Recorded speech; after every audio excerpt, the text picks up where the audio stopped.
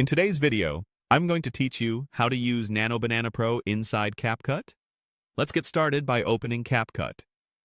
You can use either the web version in your browser or the mobile or desktop app, whichever you prefer.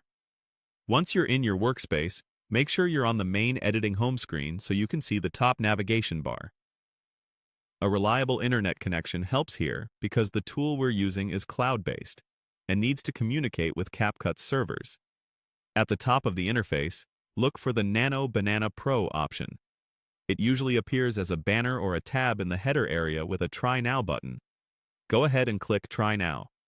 That will take you into CapCut's AI-driven creation space, where Nano Banana Pro lives. If you don't immediately see it, don't worry. Features can roll out gradually, and the placement may vary slightly by platform, but it should be in that top bar. Once you're in, it's time to make a prompt. A prompt is simply a clear description of what you want Nano Banana Pro to generate. The more specific you are, the more control you have over the look and feel. For example, you could type, "A lone male dancer inspired by Michael Jackson, captured mid-pose in a dark empty stage, head tilted down, one leg crossed gracefully, hands in pockets." Notice how that prompt covers subject, mood, lighting, pose, and composition. You can do the same with your own ideas. Mention the subject, the setting, the style or inspiration, and any key details that matter to your project. If you have a particular vibe in mind, cinematic, moody, bright studio lighting, include that too.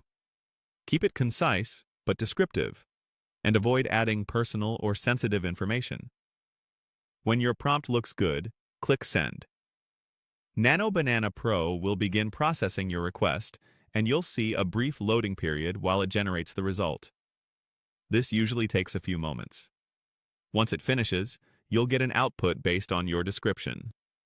If it's close but not quite perfect, consider refining your wording. Tweak the mood, clarify the pose, add a detail about lighting or perspective, and send again to nudge the result in the right direction. Small changes in wording can lead to noticeably different outcomes.